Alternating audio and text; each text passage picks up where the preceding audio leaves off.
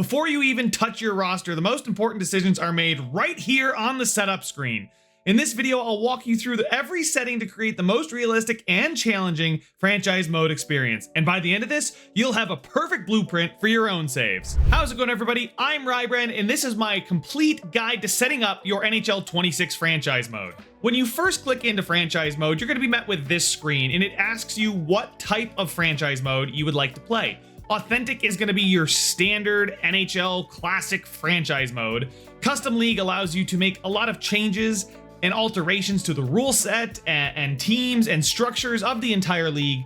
And then the 33 team expansion draft is such a fun mode. It allows you to create a team or port in any team you want as the 33rd team in the league and go through the expansion draft process, which has been pretty prevalent since Vegas and Seattle have joined the league. For starters, we're going to dive into the settings with the authentic franchise mode. So after you enter your name, you are going to be faced with a team selection. This is a big part too of your franchise mode experience. I will be doing another video on how to select your team and what team to choose, but for now, I'm just going to choose my favorite team, which is the Buffalo Sabres. You also can substitute the team with a different team if you have one created, or if you wanted to pull an alumni team or an all-time team.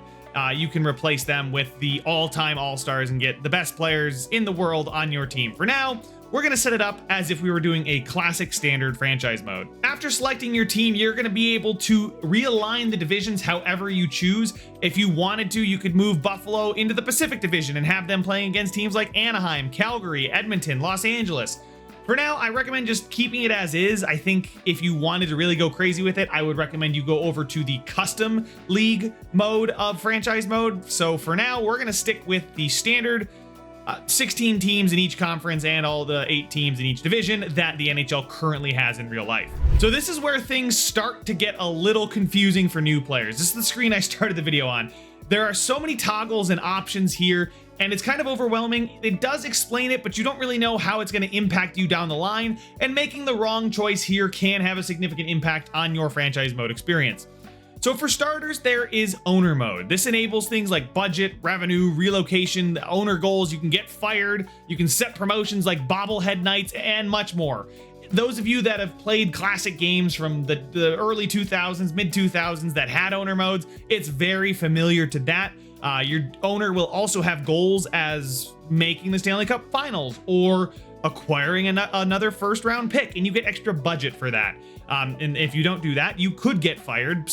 But if you like setting up budgets and being restricted based on how much you can pay your coaches, how much you can pay your scouts, if you leave owner mode on, those ceilings do come into effect. If you turn it off, you can see there's a couple things that also turn off, like GM firing, auto owner mode, and accepting relocation. If you leave those on, you can toggle those on or off. But if you like setting the prices for hot dogs and you like having a challenge set to you, not just by yourself to win the cup, but by your owner to maybe get an extra first round pick or other types of challenges, I would leave owner mode on. Next, we're going to talk about fantasy draft. This, you can completely shake up your franchise. I know we selected the authentic one, but if you wanted to completely draft your team against the AI and have players everywhere, all over, McDavid's on the Leafs, you've got Austin Matthews on Utah, you got a bunch of craziness happening, you can go ahead and do a fantasy draft. I find it pretty fun, but if it's your first time playing franchise mode, I wouldn't start with a fantasy draft. I'd get to know the league and the teams a little bit better,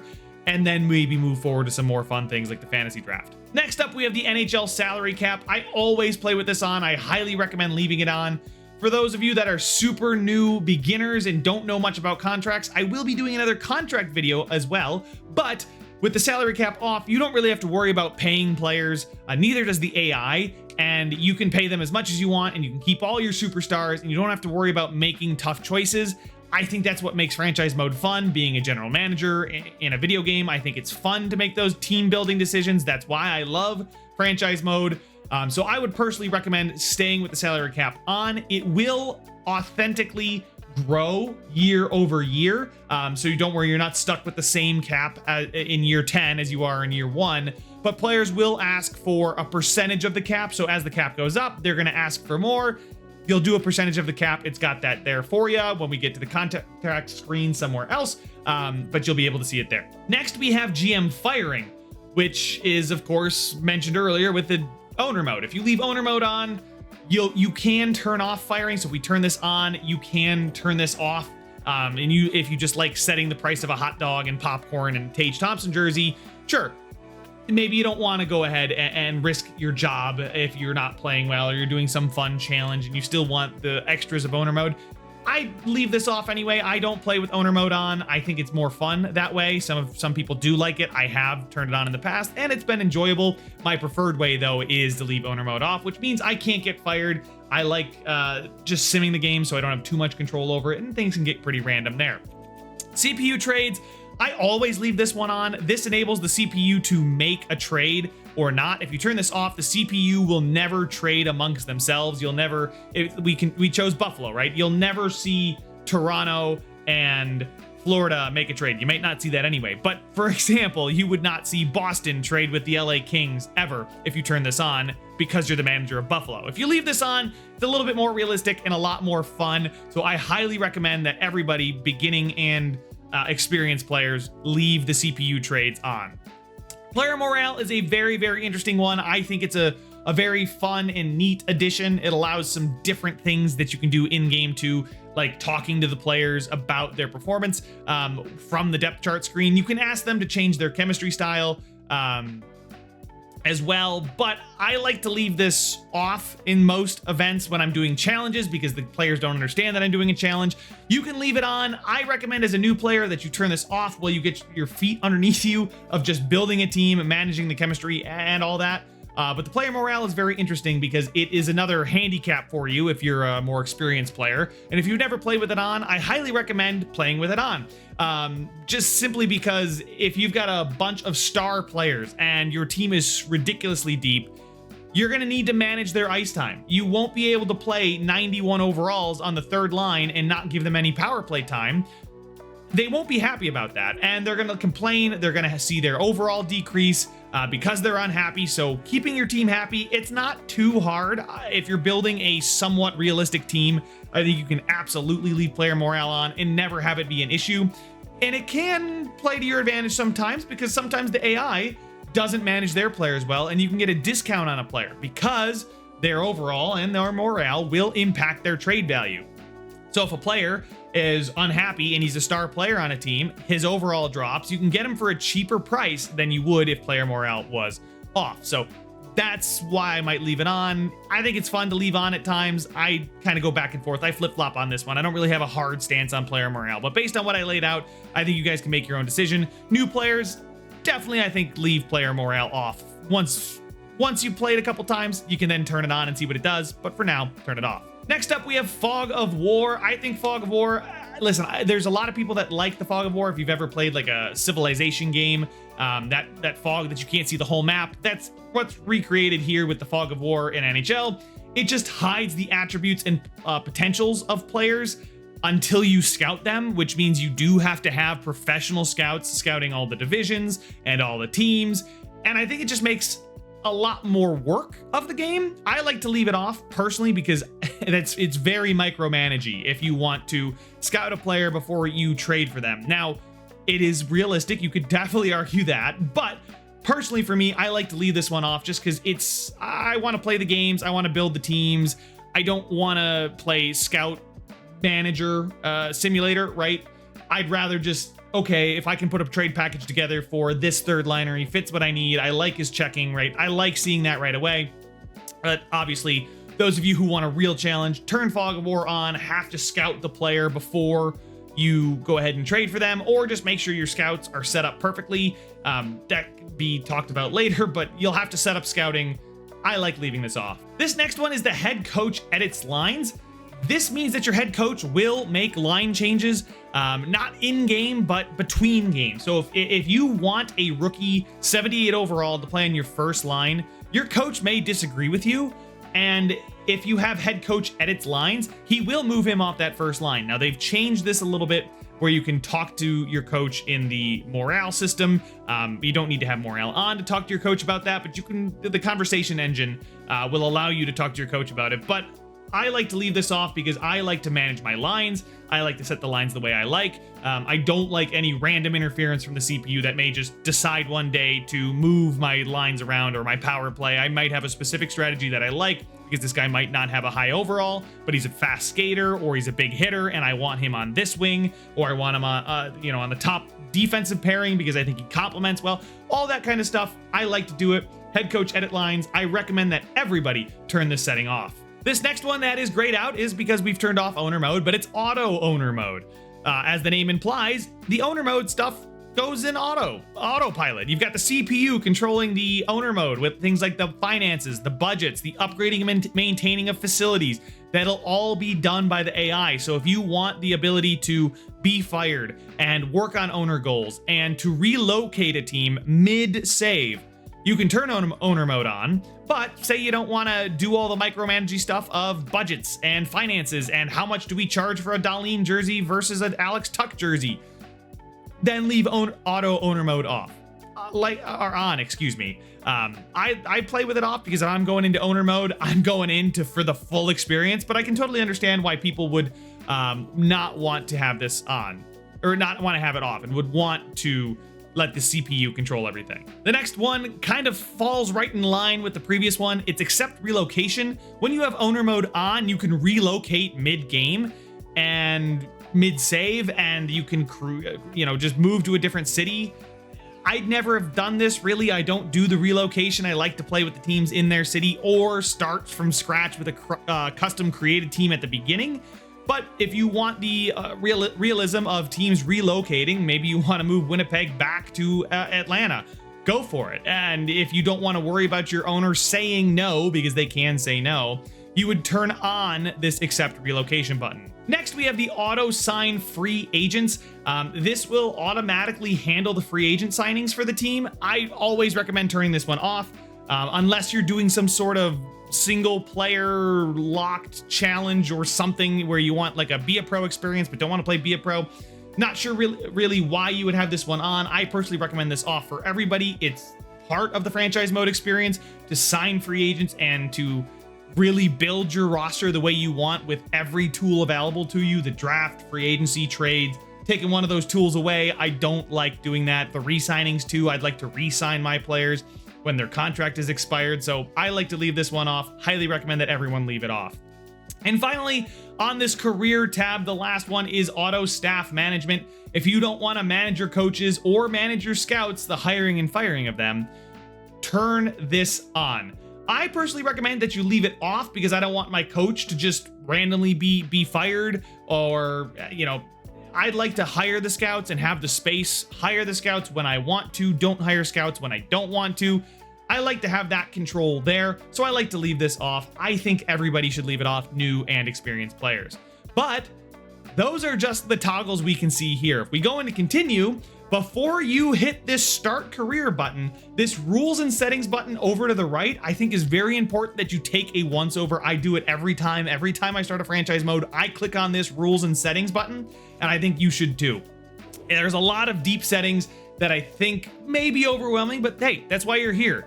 So in the quick settings, we're going to see a lot of what we've seen before. It's going to be your gameplay stuff, right? Your rules. It's going to be, is it the NHL rules? Is it custom rules, right? So you can discard these changes and set it to NHL. There we go. So that's the NHL rules. Or if you want to play with international rules, junior rules, or just have no rules, slash people, check people way away from the puck, do whatever you want. Yeah, then you can turn rules off. But with rules on, you can see injuries go on. I go back and forth based on injuries. With injuries on, there is a slider that we will talk about in a minute, but I like to turn the injury slider way down when I do play with injuries on, because sometimes if I'm just playing all the games, you like to throw a big hit and the guy gets injured, and it makes it a little bit more realistic that, hey, maybe Sidney Crosby missed 40 games and that's why the Penguins underperformed and now they have a high draft pick. It makes it realistic.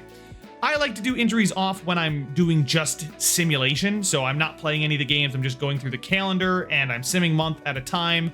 I don't like to be pulled out of that simulation to manage, oh, your third liner has a minor injury, do you want to take him out or not, right? I like to just say, okay, my team is my team, everybody's team is their team, let's just keep going here. Period length will scale the length of each period. Fantasy draft, if you were like, you know what, actually I do want to turn fantasy draft on, you can turn it back on here. Authentic cap penalties, this will be if a team in real life has bought out a player, which means they've basically gotten rid of them before their contract was over, or if they retained a salary in a trade, which is something you can do, those cap hits will be on your team here. And I think it's a fine setting to have on. I don't think turning it off would really impact your experience. Some teams are impacted by this, not every team. So depending on what team you choose, we can cover that a little bit later as well. But depending on what team you choose, you can turn this on or off. I think for simplicity's sake, you leave it on. Again, auto sign free agents, we just saw that toggle. Here it is again. If you've forgotten or you're just not sure what you picked, I get it. Auto save, you can turn that on or off. I like to leave it on.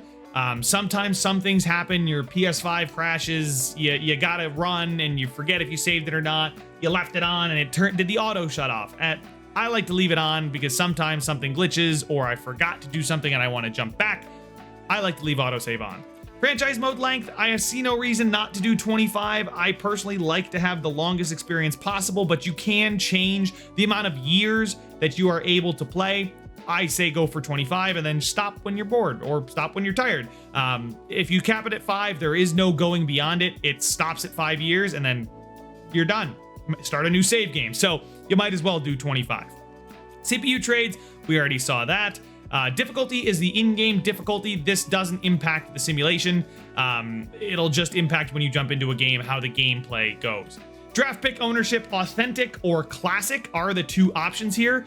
Authentic is going to give you real life trades. If a team has traded away their first round pick, you start controlling that team, you won't have that first round pick. With classic, everybody gets their pick backs. Everybody has all 7 picks to start the mode. There's no real world interference with draft pick trading there. So I like to leave it on authentic. It's part of the enjoyment of picking a team to start your franchise mode. So I recommend that everybody leaves this on authentic. Salary cap, we've talked about that as well. Trade difficulty, this one's pretty straightforward. Is it easy, medium, or hard to make trades? Medium is, I think, a balanced way to do it. I think you won't fleece the computer, but you also won't get, you won't have to work so hard. So beginners, maybe go down to easy while you're learning the ropes. Medium, I think, is perfectly fine. I think hard is a little harsh at times and is somewhat restrictive. So I like to leave it on medium. I find it's a very, very good sweet spot. Waivers are on or off. Waivers are when you send a player down who has accrued enough NHL time that everybody in the league gets to claim the player if you send them down. You can have players on your NHL roster as well as your minor league affiliate AHL roster. So when you send them down to the AHL, they might have to clear waivers. And what that means, like I said, is every team can claim them. So if you send down an 81 overall player because your team is loaded and he has to pass through waivers, there's a chance that another team may claim him and then you lose that player. That player is now on that team and you got nothing in return for it. So new players, I recommend playing with this off. You can leave it on if you're an experienced player or off if you don't really want to worry too much about managing your roster, but it will tell you in game if a player needs to clear waivers or not before you send them down. So it does give you a warning if you want to try it on and you don't like it, it'll let you know.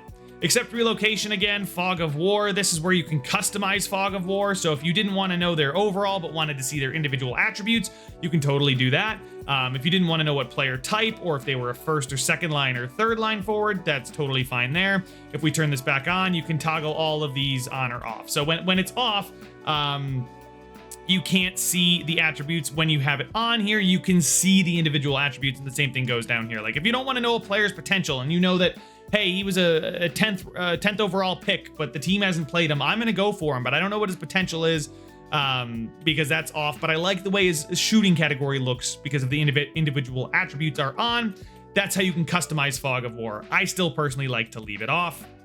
And then finally down here at the bottom is the auto scouting. If you don't want to worry about assigning scouts, you can just let the CPU do both. If you want to do all scouting, so when your scouts return, they don't do anything until you tell them. That's what none means. Pro scouting only means only scouts assigned to scout the NHL and AHL will automatically be assigned by the CPU. So you want to scout just the amateurs, just the rookies, just the guys coming into the league for the draft, you would turn on pro scouting. But if you wanted your CPU to just focus on the NHL, let the pro scouts do their thing, leave this on pro scouting only. Vice versa for amateur scouting only. If you don't really want to scout the players in the draft and just think that's overwhelming and want to leave the AI and the CPU to do the amateur scouting, turn this on. And then you'll have to do the pro scouting. So if you wanted to scout the Calgary Flames, you would have to do that manually. But if you wanted to scout the young players coming out of Sweden, the AI would do that automatically here. You can leave this on both or none. I think, pro scouting only is probably where I would sit. Let the AI, if you have Fog of War on, do the pro scouting, and then you set up your own scouting. I recommend that's a great way for you to understand. We'll have another guide about scouting, but I personally recommend pro scouting only. Auto staff management, we talked about this one before. That's the hiring and firing of coaches. Now that was just in quick settings. If we go to advanced settings, we get even deeper. There's more settings to set up your franchise mode. Head coach edits lines is on no, and I like that, right? We know that. Minimal, I just go with no. Just set up your own lines. NHL injury return warning. This will let you know when a player is either playable, so he's injured still, but you can play him, because there's certain injuries where you can play through it and certain injuries where you have to sit out.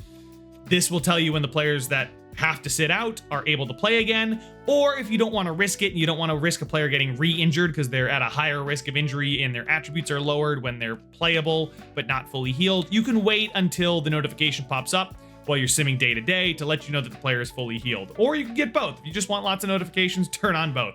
I think fully healed is where I usually sit when I'm on injuries on.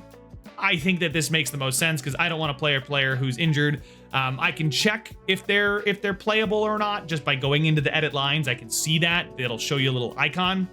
But for me, fully healed is where I like to sit. Minor league head coach, depending on your experience level with the game, I would go with either no or yes. Again, there's the option for minimal, but if you just don't really care about your AHL, you're not worried about the players you have down there, who's getting what ice time, you can leave this on yes.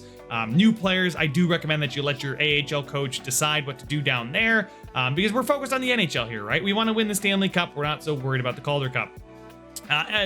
Those of you that want a full hands-on experience, go with no. I personally go with no because I like to, my developmental players, I like to play them on higher lines down in the AHL. So I leave this on no so that they don't mess with that. And same thing goes here. If you have injuries on, you will get injury return warnings. So that could be a reason why you let the AI do the line changes, or the edit lines.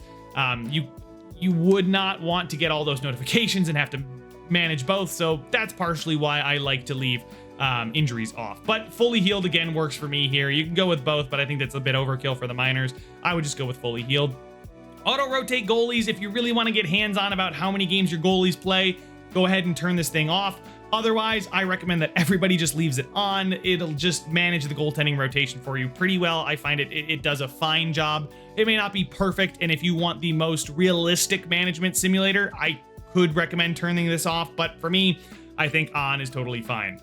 The sim engine scoring is about how many goals are scored in the sim. So do you want a lot of goals to go in, not a lot, or a very low amount? I find that medium is tuned just fine. If you really just want to see crazy goal scoring numbers, go with high. If you really want to throw it back to a different era, you can go with low. I would recommend new players just leave this on medium. But those of you that are trying to do different eras, or if you download an old roster, maybe look up the league average goals from that era and just see, okay, maybe that was higher than what's happening in today's NHL, so I would want to turn that on high. Same thing for low.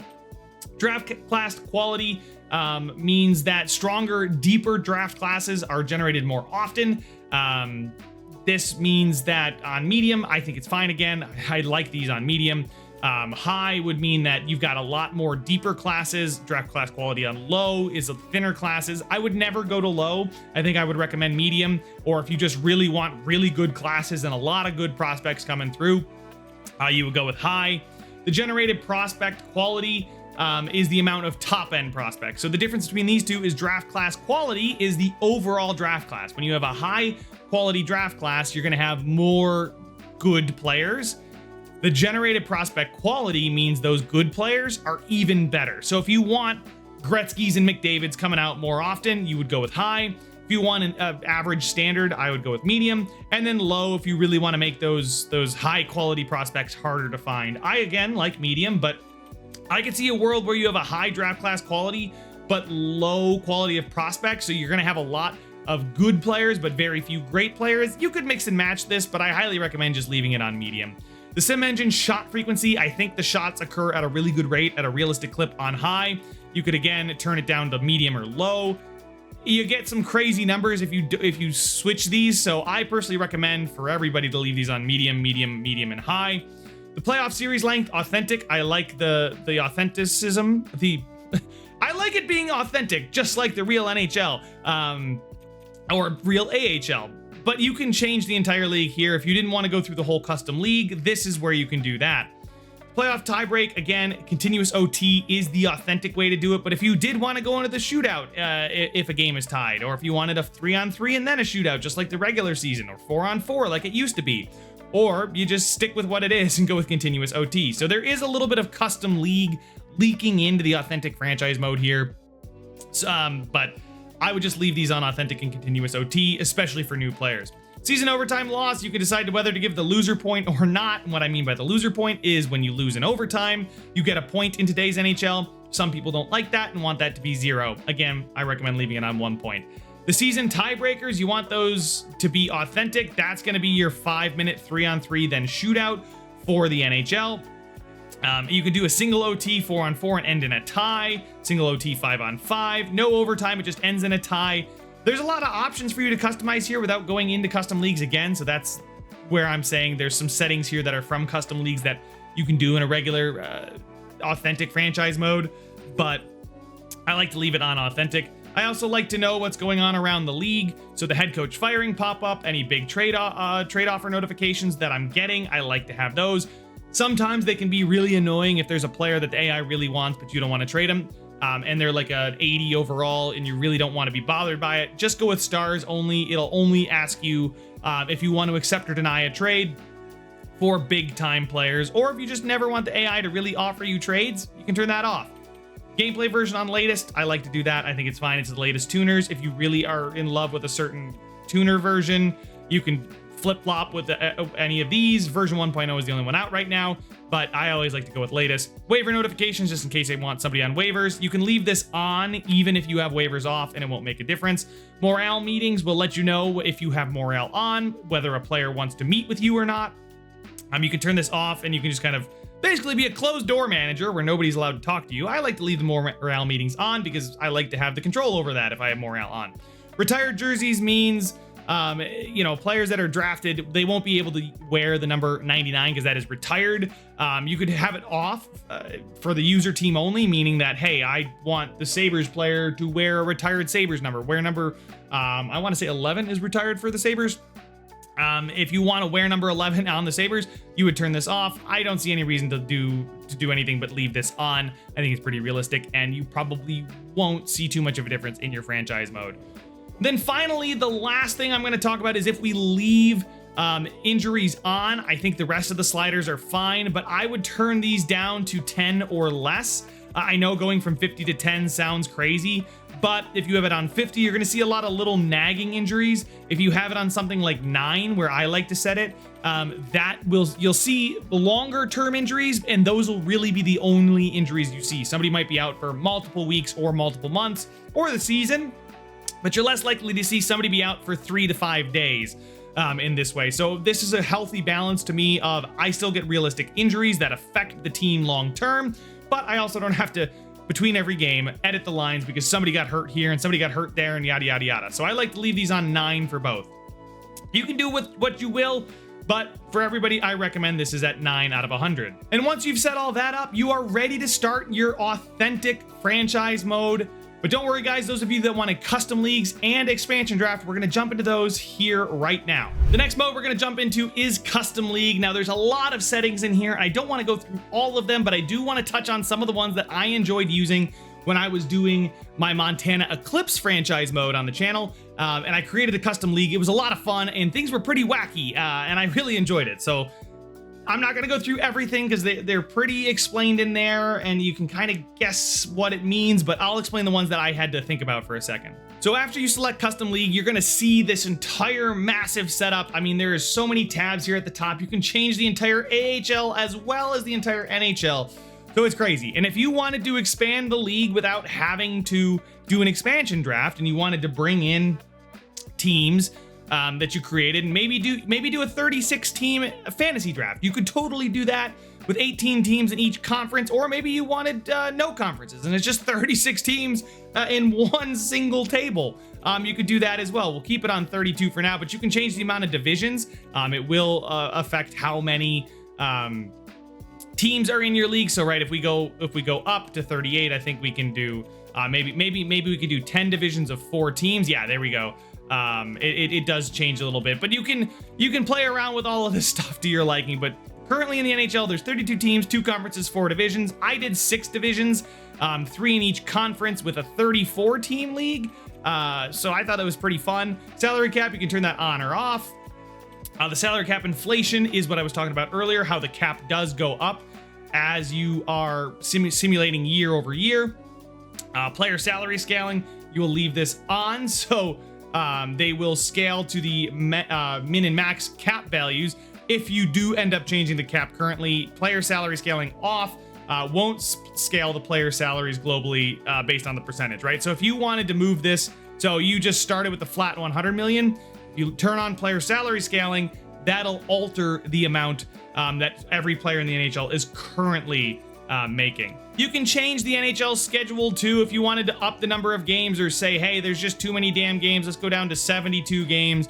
You can pick how they work, you know, how many times do you play the teams in your division, how many conference games, and how many times do you play teams from the other conference. 22 would mean you just play 22 times. It depends on how many times, or how many teams, excuse me, you have in each conference. That'll automatically randomize essentially who you play and when. Standings format, this is where you can really dive into the weeds. You can change the season tiebreaker like we mentioned earlier. You can change the amount of wins. You can see over to the right, there is an amount of points. There's a hierarchy that has to happen. So I personally did the 3-2-1 system, where a win in regulation was 3, an overtime or shootout win was 2, an overtime or shootout loss was 1, and a true loss in regulation was 0. So I was just kind of trying to encourage winning in regulation. I know that's a standing point format, excuse me, that has been floated out there before that the league should adopt, and people, you know, sometimes feel strongly about it, but you can make that a reality now in your NHL here. And then the playoff qualification, you can set this to whatever you want. Playoff reseeding means that the number 1 team will always play the lowest remaining seed, and so on and so forth. Currently in the NHL, it doesn't work like that. You work through the bracket, sort of like you do in the NCAA basketball tournament. The number 1 seed ends up playing the winner of 8-9, even if a 12 seed wins. You'd have that same thing happen here. You can turn on a wild card round. You can have 10 teams qualify, and the wild card is like what the NBA has done with the play-in round. If you choose 10 teams to qualify for the playoffs, 7 will play 10, 8 will play 9. The winners of those will then get the 7th and 8th seed, and then you go through the playoffs as is. And then you can change your tiebreakers as you want. With the playoff format, you can choose how that wild card works. Is it a best of 7? I mean, there's so many formats here, guys. It's 2 home, 2 away, 1 home here, and so on and so forth. You guys can go through this and figure out which one floats your boat. And then the playoff tiebreaker, if you just want to go straight to a shootout and you don't really care about overtime playoffs, then go for it. And the same rules apply to the AHL, though you have to have this equal number of teams as you do in the NHL. The rest of the settings are the same here, so let's go ahead and jump to the expansion draft. And finally, here is that 33 team expansion draft. You can either use a custom roster or just choose the default rosters that the game shipped with. Then you can create a team or select a previously created team. Once you go through this, it's all the same settings. You will have to choose what division your team falls in. So if I decide to put a team in Maine, I may want to be in the Eastern Conference, not the Western Conference, or maybe I'm the Honolulu Hammerheads. I know that's a channel legend team, but you would want to put them in the Pacific Division. So you would go through that and do that there. I don't have any teams created just yet. The game just came out not too long ago, so I haven't really dove into the create a team, though. I expect to create multiple teams and maybe share those with you guys as we go along. Let me know your thoughts down in the comment section about me building teams that you guys could copy and paste basically into your games. But that is the franchise mode setup, guys. There will be more guides coming on the channel, so make sure you guys do subscribe. If you are new to NHL, or even if you're a veteran, I've got plenty of good tips and tricks coming for you guys as we roll through the launch of NHL 26 here. I know franchise mode didn't get too much love but I still love franchise mode myself, so I want to help you guys love it as much as I do, and there can be a lot of new information being thrown at you. Feel free to ask any questions down in the comment section, especially if you made it this far, guys. I hope you guys are enjoying your time with NHL franchise mode, and let me know what teams you're choosing and what kind of storylines you're going for. But that is all the time I have for this one, guys. Make sure to leave a like if you enjoyed it, subscribe if you want to see some more, and I will see you guys in the next one. This a free for all, before we fall. This a free for all.